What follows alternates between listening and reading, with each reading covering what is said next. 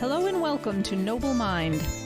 Noble Mind is a podcast exploring mindfulness, meditation, and psychology. Hello, Noble Mind listeners.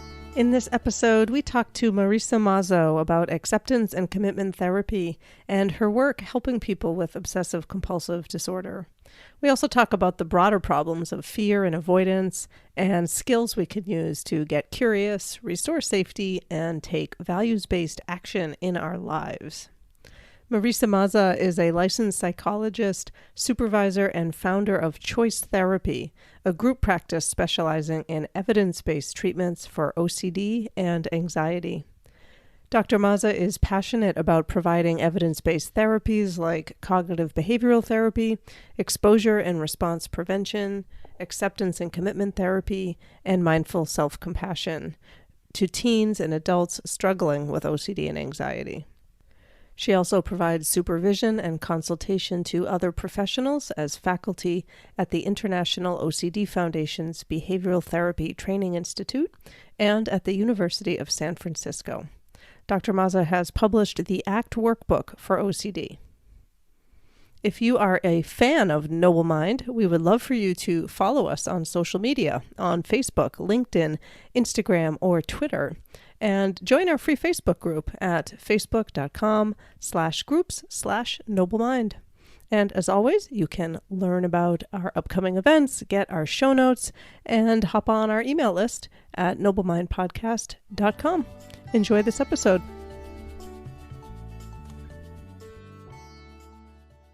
We are here with Marisa Mazza. Thank you so much for joining us today on Noble Mind.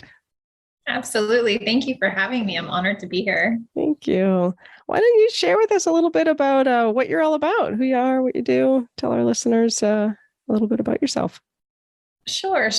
I'm a psychologist and I support people via telehealth now, post-pandemic, throughout California, mainly providing individual therapy as well as support groups. I also provide a lot of consultation and supervision to therapists that want to learn more about how to utilize ACT and ERP and support people with OCD as well as other kinds of anxieties. Yeah. Wonderful. Thank you.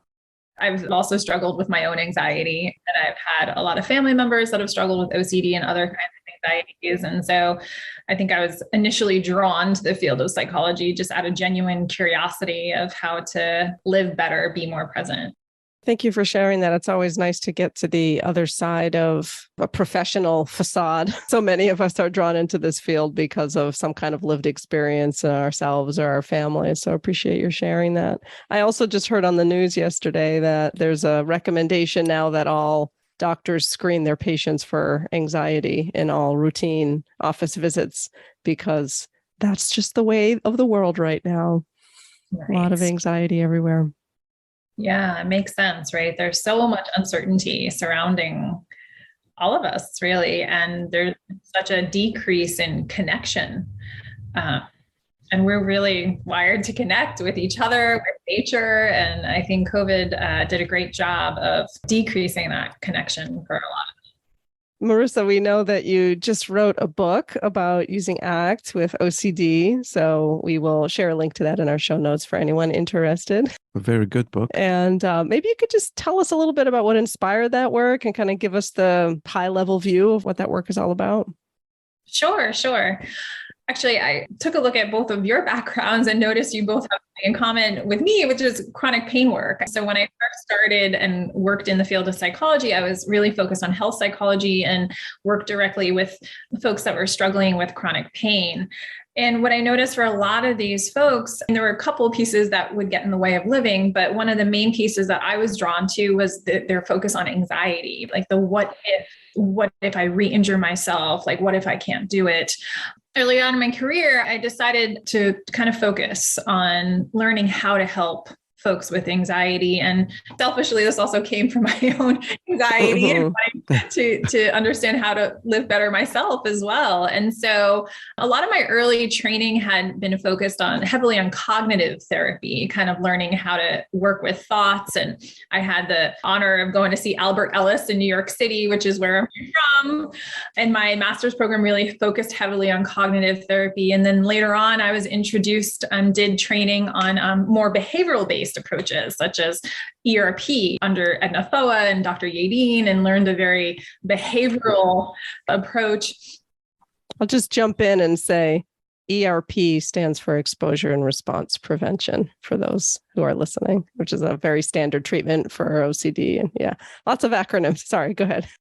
Yeah, which is for a very long time was this, standard treatment for OCD. And while exposure and response prevention has been immensely helpful, I also noticed that at the end of treatment, although folks were saying, oh yeah, I'm experiencing less suffering in terms of OCD, I'm not happy in my career or my relationships, like in other areas of my life. So I happened to stumble upon an ACT training. ACT stands for Acceptance and Commitment Therapy, and was like, aha, light bulb moment. This is the missing piece. And at the time, folks were very focused on, am I going to do ACT or ERP? And there was actually a really great amount of research supporting ACT for OCD as well as other anxiety disorders.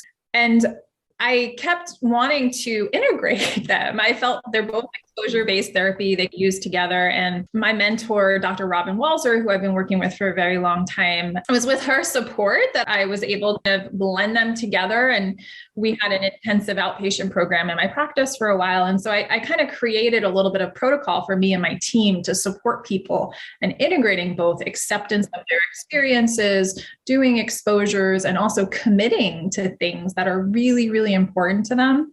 And so through that process, I was like, I want to read something that really integrates both. And there was nothing out there. And my mentor was the one that said, well, you need to write the book you want to read. And so I was like, me write a book? No way. I did not think that was an option. But I did. And to me, it's been very rewarding. It was a lot of work, but it was also been very rewarding in that I love being able to share the information. I feel like ACT, exposure therapy, mindfulness, a lot of the concepts, self-compassion in the book have not only been personally helpful, but I can see how they help the clients I work with live. And so being able to share that information just has been so rewarding, for sure. I love your emphasis on living fully and the clarity with which you combine ACT, but also mindful self-compassion, which I think really enriches and makes it very humane. In terms of acceptance, the first word in ACT, you talk about the two primary treatment targets, experiential avoidance and cognitive fusion. I wonder if you can unpack those for us. Sure. Yeah, I'd be happy to. So there's many things that contribute to OCD as a disorder in itself, but from an ACT perspective, a few of these things include experiential avoidance and cognitive fusion. And so when we refer to experiential avoidance, we're really referring to a lack of willingness really to experience whatever's there. And for some people, this is scary, unwanted, intrusive thoughts. For other people, this can be really uncomfortable physical sensations in their bodies. And what we know through lots of research is that what we resist persists, right? That's Carl Jung's quote. And so a part of our work in terms of experiential avoidance is getting good at having unwanted thoughts, getting good at having difficult experiences. And this is where I think mindful self-compassion can be really, really helpful, because mindfulness acknowledges the pains there, right? Like I have this tightness in my chest, or I have this anxiety in my body. But self-compassion really teaches people how to hold it, right? Like how to have that experience. And the other piece of it too that you mentioned was cognitive fusion. And so cognitive fusion really means being one with the mind, being one with the thoughts, taking the mind as the truth, what it says is accurate, and when we're doing that, our focus is on the thoughts, our focus is on the mind. oftentimes this can get in the way of actually engaging in more values-based behaviors, right? So if I'm so focused on the thought that I'm a failure, I'm less likely to then engage in doing scary things like this podcast. Whereas some of the tools and techniques that I try and help folks with is to cognitively defuse from the mind. So being able to sort of step back and notice thoughts and the mind as really an experience we're having. So can I hold this thought? Can I notice this thought? Can I have these uncomfortable sensations and feelings while still doing things that are meaningful to me? I love that way you just phrased that. Thoughts in the mind are an experience that we're having. That just feels like a really nice, because so often we just treat thoughts as like text on a page or something, and we're supposed to look at it and challenge it or whatever. But the thoughts are really creating an experience for us. And then that's in our body, and it sort of shapes our the whole moment, or the whole day, our whole life. Absolutely. And it can feel really scary. It can feel really believable. And our minds are wired to do that. They're wired to be really great salespeople. For scary things. Exactly. Really get us bought into their stories. Yeah. But the beautiful thing about mindfulness is it actually teaches us to be aware, right? I can be aware when I'm caught up in unwanted thoughts or thoughts in general, and then choose, what do I want to do, right? Do I want to continue to spiral and focus on that thought? Or do I want to practice letting it go? And this is where certain cognitive diffusion techniques, as well as exposure therapy techniques, can be helpful. They actually allow people to practice letting go of some of those difficult experiences and facing the ones that they've been avoiding. So some of these concepts, I know it took me a while to understand them myself, and they are quite counterintuitive. They go against culturally accepted common sense almost. Like, of course, I don't want to feel unhappy. And what do you mean my thoughts are not are not true? Or even if they are true, that it's okay to ignore them. That feels important, right? Yeah. Right. Well, one way of looking at it is it true? Is it not true? Or think about cognitive therapy. Is it rational? Is it not rational? Right. Another way of looking at it is focusing on this thought. Is it helpful, right? Like, is it going to help me be present in my life? And is it going to move me closer to my values? I think that's really helpful, because I know a lot of people get tangled up, just kind of like wanting to be believed, right? So if they have a thought, they take it as true. And then if somebody else suggests it might not be true, or suggests they let it go, that there's this real hanging on to it as like, no, but it's real, and like really wanting to be heard and have it believed. And then that creates a whole tangle. And it's almost like an interpersonal thing at that point, if you're talking to someone else about it, like, believe me, sort of like, don't make me not believe me too. Yes. I think sometimes what I've noticed in training other early career therapists is that when they're trying to apply cognitive techniques or even ACT like diffusion techniques, it gets into this a little bit. Your mind is not right. Your mind is not true. And I'm putting myself in the shoes of the client. And I mean, it's really invalidating, right? Totally. And so rather than getting into like kind of like a back and forth exchange with the client around what's true, what's rational, what's not, part of what I like to do is just kind of notice. I try and help them develop their own noticing practice. So for example, a homework assignment might be like, let's just notice what happens when you're focused on that thought this week. Let's notice what happens when you're worrying or ruminating or mentally reviewing this week. Like, is it helpful in terms of raising your hand at work? Is it helpful in terms of showing up to your soccer meet? Helpful in the sense of living the life you want, living according to your values. Exactly. And at the beginning of treatment, I like to get really, really clear on what the person's values are, what's actually important to them. I do a bunch of values exercises because values are what gives us purpose and meaning. And a lot of the work, ACT, exposure therapy, I mean, it's really hard. It's really challenging. So the way I see it, why bother doing really hard things unless it's really meaningful to you, right? So I want to get really clear with that person. Like, this isn't about me or me telling you this works. I want, one, for you to notice it for yourself, and two, to get really clear on why you're doing this work. Like, what is it you want? What's in your heart? What's going to help you take on this challenge? I wonder if we can illustrate an example of an OCD dynamic. Like, what is the obsession? What is the compulsion? What is the alternative way of relating to these things? Sure. I don't know if you talk about health anxiety. What would be something that people could relate to? Like, people may think, well, I don't wash my hands all the time, so it doesn't apply to me. And not realize that this is a dynamic that can be about identity, about relationships, about perfectionism. Oh, yes. There's many different subtypes of OCD. Absolutely. And, health anxiety can certainly be considered very close to OCD. And as you mentioned, perfectionism is another cousin of OCD. There are people without OCD that also have perfectionism. It can come along with depression, many other things.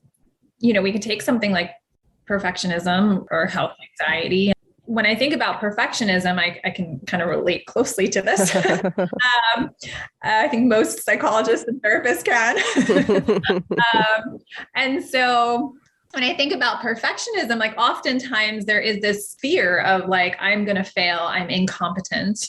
And the natural response is for either put in way too much energy in response to that fear, or to kind of give up, right? Like, why bother trying? I'm just gonna fail anyway. Or sometimes it can be a little bit of both, right? Sometimes in the short term, people might put a ton of energy into getting it right and doing things perfectly. And what this could look like, maybe for somebody without OCD, it might look like just spending way more time than they typically would on presentations. Someone with OCD, it might look like actual compulsions where they're rereading or rewriting things multiple times, maybe even have some rituals planned out to make sure that they present in a very perfect and right way. You're right that obsessions are recurrent experiences that are unwanted for the person. So in this example, the unwanted experience would be like, oh no, I'm going to screw up and be rejected, or even if those aren't the exact words that occur to the person, it's a sort of sense of like. So yes. And you kind of bring up a good point, right? Because a lot of OCD is ego dystonic. So a lot of people with OCD will recognize like these thoughts are not rational. Like, I know that by sitting on this bus, I will not contract HIV. But yet they continue to engage in the compulsions. Whereas sometimes perfectionism, and for some people even with OCD, the thoughts feel more ego syntonic. And so when I'm working with somebody with perfectionism, it's often challenging in that a lot of their perfectionistic behaviors have been helpful. It got them their raise, it got them their promotion, right? Mm-hmm. It's reinforced. Employers love perfectionists, right. Right? So a lot of these behaviors have been reinforced. And it's not that we want to get rid of the perfectionism, because in a lot of ways it has been helpful. But the problem is that it's often workable in the short term. But what tends to happen in the long term is burnout, right? Like, nobody can kind of function at 150 all the time. And so often I'll hear things like, oh, I just had to take a few days off of work. Like, I just couldn't function. I needed to zone out on Netflix or wine, whatever it is. And there's a cost. I think OCD, anxiety, perfectionism is really good at looking at short term. Like, you got to do this. You got to do this now. It's an emergency. And a lot of what I'm trying to do is help people get more focused on the long term. How do we put less energy? Not zero, because obviously performing well at work is important to a lot of us. Being a good mom is important to a parent is important to a lot of us. Being a good therapist is important to a lot of us, right? And so it's not that we want to get rid of it. It's just we want to dial it back from like 150 to maybe like 80, 85. So that way the person is able to maintain in the long term. So like in the case of a health anxiety situation, the person the person may say, of course, I don't want to catch AIDS or whatever, COVID. Why wouldn't I? What's the problem with that? But it's the way they are relating to that threat that is problematic. The threat can be real or not real, but It's the way they're relating to it, and then what they do in reaction to it that becomes problematic. Correct, right? Because when we buy into our thoughts, we're more likely to act on them, right? And so if I actually think I will get HIV from doing X, Y, and Z, or COVID from doing X, Y, and Z, what that means is my life starts to get smaller and smaller. Mm-hmm. First, it might start with not riding the subway. Then it might start with all of a sudden, having to avoid certain areas of the town or the city that you live in, right? And then it goes to avoiding all of outside. And so what you notice is the more the person is bought into the fear, they act on it. And then slowly but surely, the life starts to get smaller and smaller, and less of those things that are meaningful to them are in it. So the experiential avoidance in this case is about the experience of, oh no, I'm going to get sick. Is that right? Good question. So in this case, the obsession may be something like, oh, I'm going to get COVID, right? We can look at COVID anxiety. And so the goal is to really look at what would be the worst case scenario here. Like, what's the hardest part about possibly getting COVID? And this is getting to their core fear, because typically the mind is really focused on this kind of surface level fear, but typically what's underneath it is a deeper, deeper fear. So for example, the hardest part about the possibility of getting COVID is not knowing if I'll die and be able to be there for my child. Okay. So that's the part that we want to make space for. Because that fear, although it is a fear and there's a lot of uncertainty associated with it, it's also a beautiful reminder that that connection with your child is really important. And so we want to open up to that sadness and that fear and that beautiful reminder while holding it really lightly, right? So we might say something to the mind like, you know what, I don't know if I'm going to get COVID and if I'll be able to be there for my child. And yet, I'm still willing to go out there and live my life and take a risk. And when I say risk, I mean within CDC guidelines, right? Right. Yeah. In the service of being present now, being present with my child now. I think that a desire to avoid risk, this has come up a lot during COVID, and it's actually a really good example because it's a place where a lot of us with our COVID-related anxiety might dip our toe into the OCD realm, not really knowing what is appropriate. Like, the guidance has been mixed and not great leadership on the matter, I think it's safe to say. So we're all kind of trying to figure this out on our own and be like armchair public health experts and whatever. So it's hard to know, but like this risk mitigation versus risk avoidance, and how can we actually live a life according to our values, taking appropriate steps to manage risk, but not going so above and beyond that we can't function, or that we're just totally saddled with this like overwhelming anxiety at all times, which would be very easy right now to do, especially if we have any kind of health issues or stuff to begin with. Absolutely. Yeah. So this being with unwanted experiences part you had mentioned, the sort of opposite of experiential avoidance, this sort of willingness to be with this potential risk or threat that, like, if I do anything, I might get COVID, basically, right? Like, let's just use that as an example. So that's scary. And so maybe this also touches into the self-compassion part, right? So, okay, part of me knows that going to the grocery store and wearing a mask at this point, that's the best I can do to manage my risk, but I'm still really scared to do it, let's say. So I'm having this unwanted experience of fear while I'm in the store, wearing my mask, doing whatever. So maybe we could walk through how self-compassion might be helpful in a moment like that. Absolutely. Absolutely. So, you're making space for that fear, for that thought. And rather than sort of being in here, like so heady, right? Focused on continuing to focus on it, dropping into the body and really kind of noticing, what does that fear feel like in your body? And can you hold that with loving kindness and compassion and remind yourself that you're not alone in this? Helping people identify what an emotion is like in their body. What is the sensation? Maybe even using some imagery for some people. What does it look like? So can they be with that scared, that sad, whatever it is, I'll kind of borrow Kristen Neff and Chris Germer's model and teach things like the self-compassion script. Mm-hmm. And so I'll add it into their exposure scripts. And I have examples of this in the book where it allows people to, open up to I don't know if I'm going to get COVID, and it is really scary, and how I feel right now. And it's okay that I feel this way. So many people feel this way.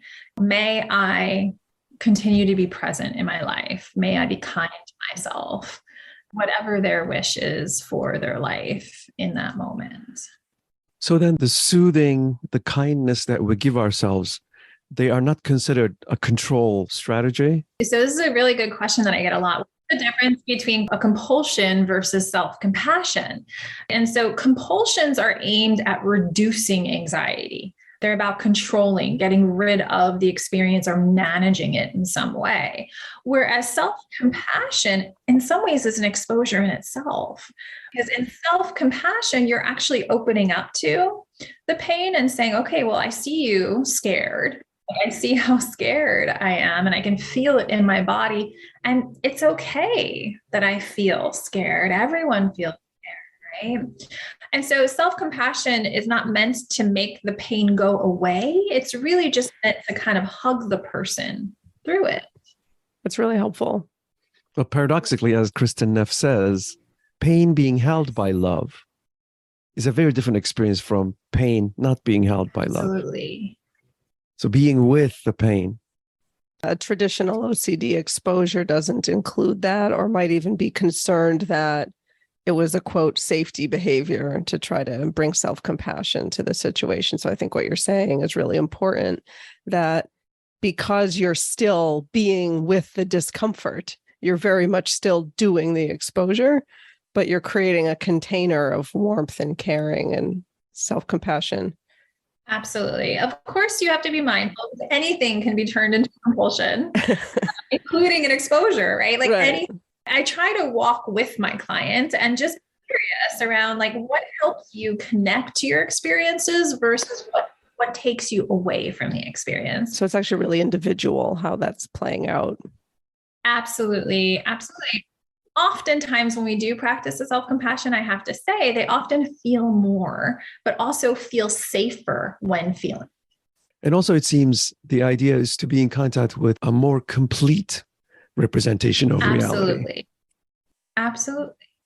Rather than just the fear of, oh no, what if I get COVID? But I also have to, as you're giving the example, take care of a child, or I want to make sure I volunteer. Absolutely, or whatever it is. And so like, I'll encourage people to do an exposure depending on how severe the OCD is. Like if I'm seeing someone with like moderate to severe OCD, I might encourage like a 20 to 30 minute exposure daily, but it includes the mindful self-compassion. And the rest of the day, it's about how do I notice it? Say, I don't know if that's going to happen. Maybe be kind to myself by placing my hand over my heart or whatever other self-compassion technique. And then really it's about attentional focus, right? What am I going to choose to focus on the rest of my day? And can I use my mindfulness skills to actually see what things look like around me, smell, hear, taste, feel my feet on the ground? So coming back to the present. And it's very much about living more fully, really living. Yeah, exactly. Like I feel like the beautiful thing that ACT does is it really helps people learn what to do when they're not engaged in compulsions, right? What to do when their OCD is better, right? Because a lot of people with OCD continue to have some kind of obsessions and compulsions, but it doesn't mean it has to get in the way of their lives and yet live big, beautiful lives. And so ACT really teaches people how to live. It's so much more than a therapy technique or intervention. It's really like a philosophy in terms of like, how do I want to live? How do I want to spend the little time I do have here? I think that's really important for anyone, even outside of OCD, who's dealing with any kind of symptoms, whether it's mental health related or even physical health difficulties, or just the struggles of life, that we can try to build a life that's meaningful, even with whatever that thing is, that even if we still have some symptoms or we have some stuff that we're carrying that's hard, that it doesn't have to consume us and we don't have to spend all our energy trying to get rid of it. Absolutely. I also really appreciated some of the things you wrote about self-care. I was tearing up. I would really highly recommend people read one of those initial paragraphs about the most important job in life is to take care of yourself. It continues. I would really highly recommend it. Maybe you could give us a little bit of a sense of Well, that. yeah, sure. It is through... I'm sorry, Alex. I'm just going to interrupt. I would hope that Marisa might be able to explain to us. Oh, I'm sorry. Not me. Just ask the author instead. I feel like there's so much distraction outside of us. So many of us. I mean, our phones are programmed to get our attention, right? There's so many TV screens, right? We have family members running around, for some of us, children, and there's so much pulling us out of us. And as an Italian-American female, I was very programmed to take care of others. And while I find a lot of joy in taking care of others, it was through the self-compassion work that I realized that unless I truly take care of myself, I won't be able to be there for others. I was watching one self-compassion YouTube video. I can't remember which one it was, but it was great. The person talked about how if it's Friday and you're like, oh, I just want to zone out and watch Netflix or have a glass of wine, it's too late. You've already gotten to the point where you're depleted and it's too much. And so what we actually need is to slow down and give ourselves doses of kindness and self-compassion throughout our day. That way we don't get to that point. And sometimes we will get to that point, but so that way we don't get to that point. So what could slowing down look like? What could nourishing yourself and going inward look like? And this is where my own daily meditation practice, my own mindful self-compassion practice has been helpful, just in terms of me slowing down, going inward, asking myself what I'm needing, and actually committing to that. And also in a busy life to think about, as you're saying, where you can fit it in small ways. And even just, I know for myself, just how I talk to myself, even if I don't have 10 minutes to do whatever practice on a given day, that I can still have a way of coaching myself through a busy day that's kind, that keeps it from burning me out. Or I could have a voice that's like, go, go, go, drive, drive, drive, push, push, push, which just adds to the misery. Absolutely. I said daily meditation practice, but it doesn't end up being daily. And there's so many other ways of just practicing kindness for yourself. It may just be like, oh, okay, what would I say to a child right now? Or what would I say to a dear friend right now? Yeah, or just validating yourself, man, this is a hard day. I'm going to take care of myself, something like that in your self-talk. Yeah. And maybe that means just a pause, a water break, a coffee break, a tea break, going for a walk. It's possible to think, oh, I wish I didn't have this problem X, whatever it is, diabetes, chronic pain, anxiety. But then ACT and mindful self-compassion, they actually are pointing out something much larger than solving that immediate problem that presents itself, which is about how do I live my life in a fuller way? How do I relate to thoughts and feelings?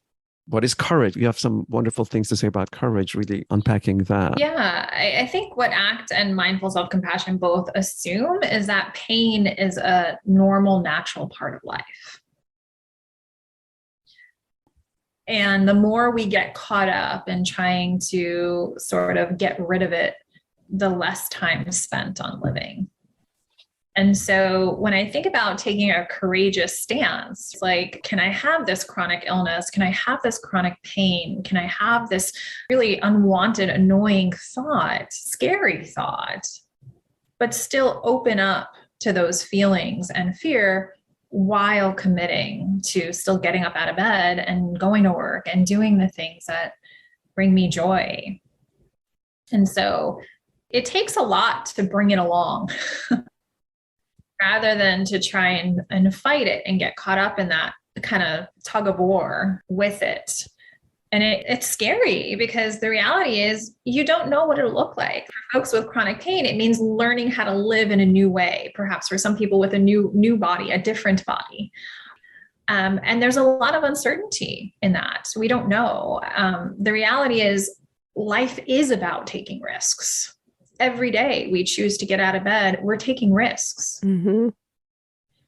And courage is really about, can I have the fear and do it anyway? Mm-hmm. Right? Mm-hmm. We can be courageous and scared. So, of course, that presupposes that we can be with our fear.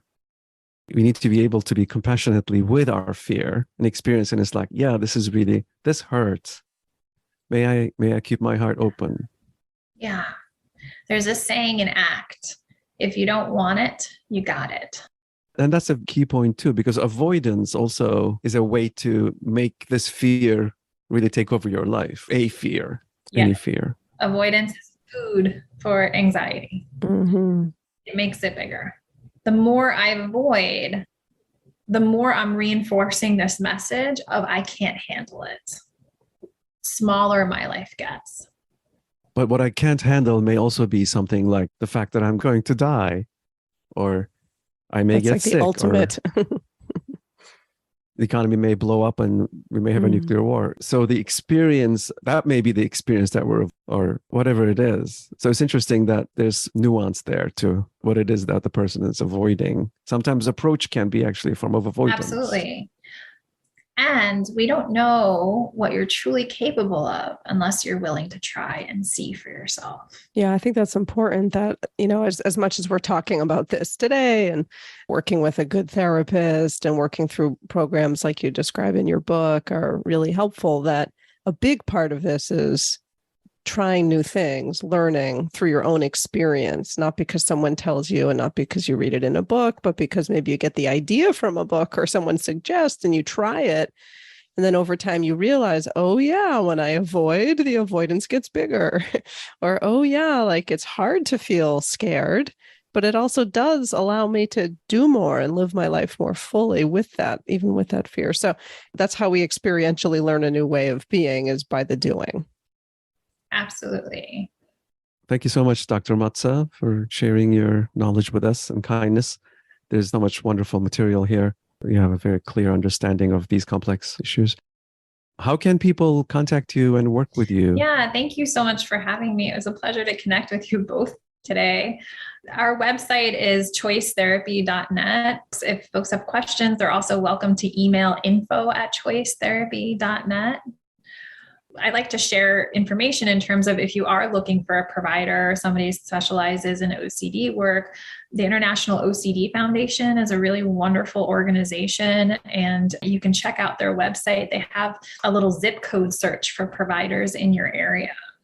That's a resource I just like to let people know about. That's wonderful. Thank you for sharing. And thank you so much for your energy and time today. We will, as I mentioned, put your book up in our show notes page, and really appreciate your time today. Thanks so much. Thank you. Thanks for listening today.